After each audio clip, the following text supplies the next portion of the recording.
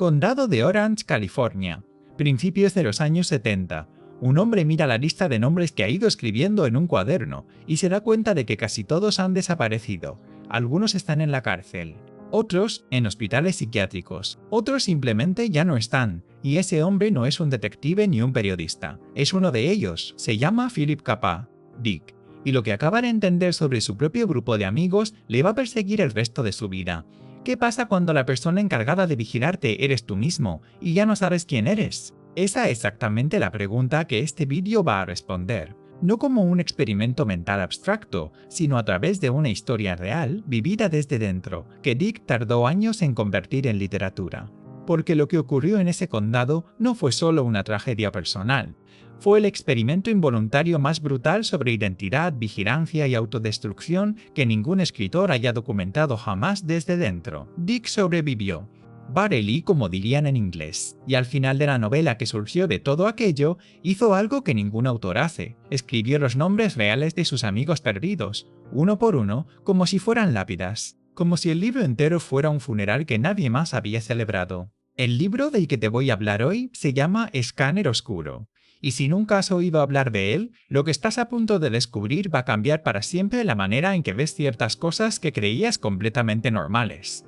Su autor es Philip K. Dick, y hay algo que necesitas saber sobre él antes de continuar. Dick no escribía ciencia ficción desde la comodidad de una cátedra universitaria ni desde la distancia segura de un laboratorio. Escribía desde dentro. Vivió rodeado de personas que perdieron la cabeza por las drogas durante los años 60 y 70, vio cómo amigos y conocidos se desintegraban lentamente, y él mismo atravesó experiencias que lo dejaron marcado de por vida.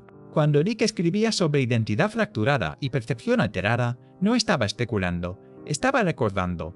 Escáner Oscuro se publicó en 1977, en plena resaca cultural de una generación que había apostado por la psicodelia como camino hacia la libertad, y había terminado pagando un precio altísimo. Nixon había declarado la guerra a las drogas, los medios saturaban las noticias con historias de adicción, y la sociedad oscilaba entre la condena moral y la incomprensión total. En ese contexto, Dick publicó algo que no era ni un sermón ni una apología, era algo mucho más difícil de clasificar y precisamente por eso, mucho más poderoso. El libro se convirtió en una obra de culto que académicos, psicólogos y neurocientíficos siguen citando décadas después.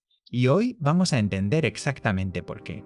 Hay una imagen en Escáner Oscuro que Dick construye con una precisión casi quirúrgica y que resume todo lo que quiere decir. El protagonista, Bob Arctor, es un agente encubierto que trabaja infiltrado en una red de adictos. Para proteger su identidad, lleva puesto algo llamado un Scramble Suit, un traje que proyecta sobre su cuerpo miles de fragmentos de rostros, voces y siluetas distintas, cambiando tan rápido que nadie puede ver quién hay debajo. Nadie. Ni sus compañeros, ni sus superiores, ni él mismo cuando se mira en un espejo. Eso no es un gadget de ciencia ficción. Es la metáfora más exacta que Dick encontró para decir algo que le perturbaba profundamente, que los sistemas de vigilancia no solo vigilan a las personas, sino que destruyen a quienes los operan. Para funcionar dentro del sistema, Arctor tiene que borrarse, tiene que dejar de ser alguien, y cuando lo ha hecho tan bien, durante tanto tiempo, llega un momento en que ya no hay nada debajo del traje que recuperar. La tesis central del libro es esa, y Dick la enuncia sin piedad. La vigilancia total no aplasta al individuo desde fuera como un puño. Lo vacía desde dentro, despacio, hasta que el propio vigilante se convierte en el primer desaparecido del sistema que sirve. No hay tirano en esta historia, solo un hombre que aceptó disolverse para cumplir su función. Y aquí es donde esto te toca a ti. Piensa en las veces que has adoptado una versión de ti mismo para encajar en un entorno, un trabajo, una relación. Una versión tan sostenida, tan consistente, que en algún momento dejaste de saber cuál era la original. Dick dice que eso no es una experiencia individual ni accidental, dice que es el mecanismo, que los sistemas que nos piden que nos adaptemos están, en realidad, pidiéndonos que desaparezcamos. Lo que queda por entender es quién, exactamente, termina vigilando a quién. Hay algo que Dick describe en Escáner Oscuro, que cuando lo lees por primera vez, parece ciencia ficción pura. La sustancia M no destruye el cerebro de Bob Arctor de golpe, lo parte, literalmente. Lo que hace es interrumpir la comunicación entre los dos hemisferios cerebrales, de forma que el hemisferio izquierdo y el derecho empiezan a funcionar como dos inquilinos que comparten piso, pero que han dejado de hablarse. Y aquí viene lo que nadie esperaba. Dick escribió esto en 1977, décadas antes de que la neurociencia tuviera las herramientas para documentar algo parecido. Los estudios sobre pacientes con el corpus callosum seccionado, esa banda de fibras que conecta a ambos hemisferios, revelaron exactamente ese fenómeno, dos flujos de conciencia dentro de un mismo cráneo, incapaces de coordinarse. Lo verdaderamente perturbador es lo que eso implica para la identidad, porque tendemos a asumir que nuestro pensamiento es uno, continuo, coherente, que hay alguien al mando. Pero si esa continuidad puede romperse, si el yo es en realidad una negociación constante entre partes del cerebro que no siempre se ponen de acuerdo, entonces la pregunta ya no es solo filosófica, es urgente. Arctor no puede confiar en sus propias conclusiones porque no sabe cuál de sus dos mitades está pensando en cada momento. Y eso, llevado a la vida cotidiana, es más cercano de lo que parece. Piensa en alguien que lleva meses bajo una presión extrema, sin dormir bien con el estrés acumulado. Esa persona toma decisiones que luego no reconoce. Dice cosas que contradicen lo que creía sentir. No es debilidad moral. Es que el sistema que produce la sensación de coherencia interna está bajo una carga que no puede sostener. Dick lo exageró con una droga, pero el mecanismo que señala es real. La identidad no es un dato fijo, es un proceso frágil que puede fallar. Y si puede fallar desde dentro, ¿qué ocurre cuando el entorno entero conspira para que no lo notes? Hay una escena en Escáner Oscuro que te deja paralizado. El agente Bob Arctor recibe una misión de sus superiores: vigilar a un sospechoso peligroso, rastrear sus movimientos, analizar sus hábitos, construir un perfil completo. Hasta aquí, nada extraordinario. El problema es que el sospechoso es él mismo. Arctor, debido a la degradación que la sustancia ME provocado en su cerebro, ha disociado tanto su identidad como agente de su identidad como consumidor, que literalmente no sabe que se está espiando a sí mismo. Se sienta frente a las grabaciones de su propia casa y se observa como si mirara a un extraño. Esta imagen es probablemente la metáfora más perturbadora que Dick construyó en toda su carrera, porque hace visible algo que normalmente permanece oculto: la posibilidad de perder el hilo entre quién crees que eres y quién realmente eres. La mayoría de las personas asume que se conoce bien, que tiene acceso privilegiado a su propio interior. Escáner Oscuro dice que no, dice que esa distancia entre el observador y el observado puede crecer sin que nadie te avise. El error más común que cometemos es creer que la autoconciencia nos protege de la fragmentación. Piensa en alguien que cuida obsesivamente su imagen en redes sociales, publicando versiones cada vez más pulidas de sí mismo, hasta que un día ya no sabe si lo que siente es auténtico o es lo que encaja con la narrativa que ha construido. Está espiando al personaje que creó sin reconocerse en él. O piensa en un directivo que lleva años tomando decisiones en nombre de sus valores, pero que si le preguntas cuáles son esos valores, no sabe responder sin recurrir al lenguaje de su empresa. Ha internalizado tanto el rol que el agente y el espiado colapsaron en uno. La pregunta que Dick lanza, y que Dick jamás responde por ti, es esta: ¿en qué parte de tu vida estás siendo al mismo tiempo el vigilante y el vigilado sin darte cuenta? Al final de Escáner Oscuro, hay algo que muy poca gente espera encontrar en una novela de ciencia ficción.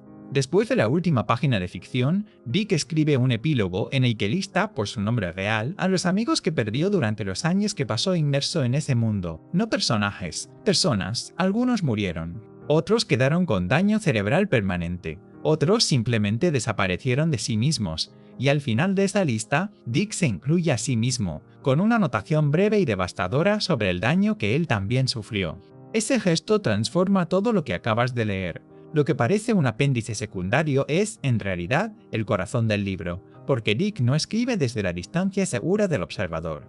Escribe como alguien que sobrevivió sin estar del todo seguro de merecer esa suerte. Hay una diferencia enorme entre narrar el sufrimiento ajeno y nombrarlo desde adentro, sabiendo que tu nombre también podría haber estado en esa lista con una anotación distinta.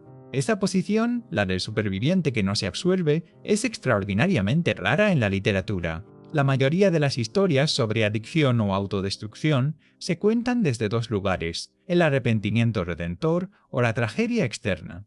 Alguien que superó todo y ahora lo cuenta como advertencia, o alguien que cayó y es observado con lástima desde afuera. Dick rechaza ambas posiciones. Él no se presenta como el que aprendió la lección ni como la víctima ilustrativa. Se presenta como alguien que estuvo ahí, que participó, que también contribuyó al daño colectivo y que escribe precisamente porque no tiene una respuesta limpia que ofrecer. Esa honestidad incómoda es la que solemos pasar por alto cuando buscamos en los libros confirmación o catarsis. Queremos que alguien nos diga qué hacer o qué no hacer. Dick no hace eso. Y es justamente esa negativa lo que prepara el terreno para la pregunta más difícil de todo el libro, la que todavía no hemos hecho. Pero seamos honestos, porque este libro tiene grietas y mirarlas también forma parte de leerlo bien. La primera limitación está en su propia arquitectura narrativa. Dick construye la novela con conversaciones que giran sobre sí mismas, monólogos interiores que se fragmentan, escenas que avanzan y retroceden sin anclaje claro en el tiempo. Eso es deliberado, sí, pero también es agotador. Muchos lectores abandonan antes de llegar al núcleo emocional del libro, precisamente porque la forma imita tan fielmente el caos mental que termina produciendo el mismo efecto en quien lee. No es un defecto de comprensión del lector. Es una apuesta negativa con un coste real. La paciencia que exige no siempre encuentra recompensa a tiempo. La segunda limitación es más conceptual. Escáner oscuro. Parte de una experiencia autobiográfica muy específica. La cultura de las drogas en California durante los años 70.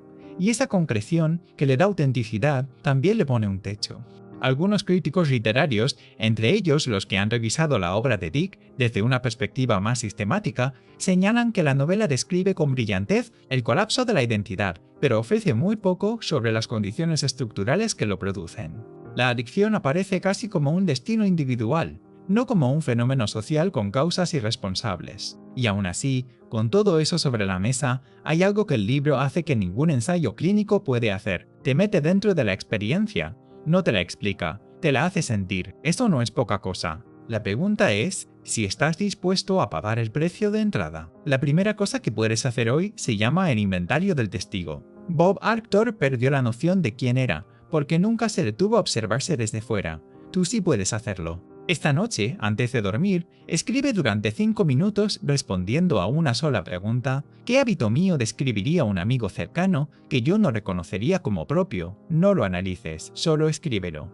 La dificultad es que el ego resiste verse desde afuera, así que si te quedas en blanco, prueba esto. Imagina que le cuentas tu semana a alguien que te quiere pero que no te conoce de nada. La segunda acción se llama separar el disfraz del rostro. Dick nos muestra que las identidades que adoptamos para sobrevivir acaban sustituyendo al original. Elige un rol que desempeñas a diario, el de jefe, el de hijo perfecto, el de persona que siempre está bien, y pregúntate cuándo fue la última vez que actuaste en contra de ese rol. Si no recuerdas ninguna ocasión, eso ya es información valiosísima. El obstáculo habitual es el miedo a decepcionar. La solución es pequeña, no tienes que abandonar el rol. Solo romperlo en algo mínimo y consciente una vez esta semana. La tercera acción es la más sorprendente y se llama auditar tu entorno. Escáner oscuro. Insiste en que el sistema que te rodea moldea tu percepción sin que lo notes. Revisa hoy las 5 aplicaciones que más usas y pregúntate cuál de ellas tomarías si fuera una decisión completamente libre, sin presión social ni hábito.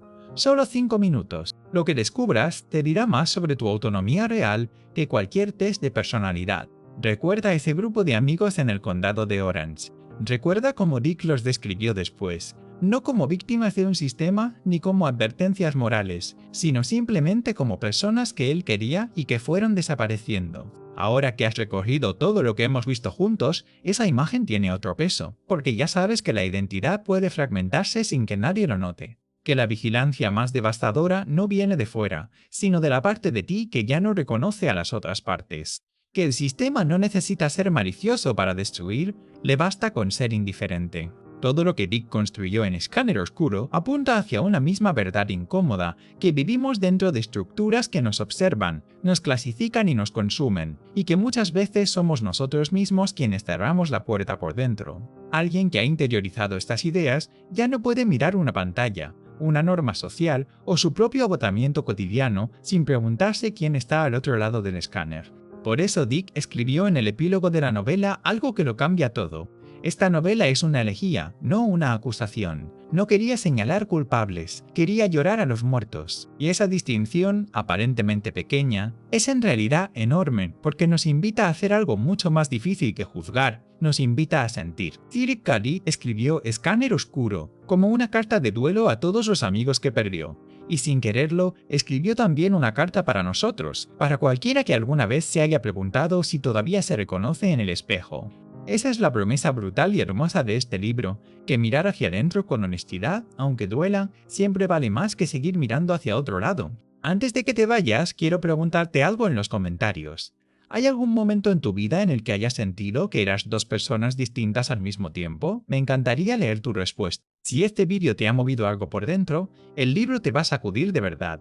Te lo recomiendo sin ninguna duda. Y si quieres seguir descubriendo libros que te cambian la forma de ver el mundo, suscríbete.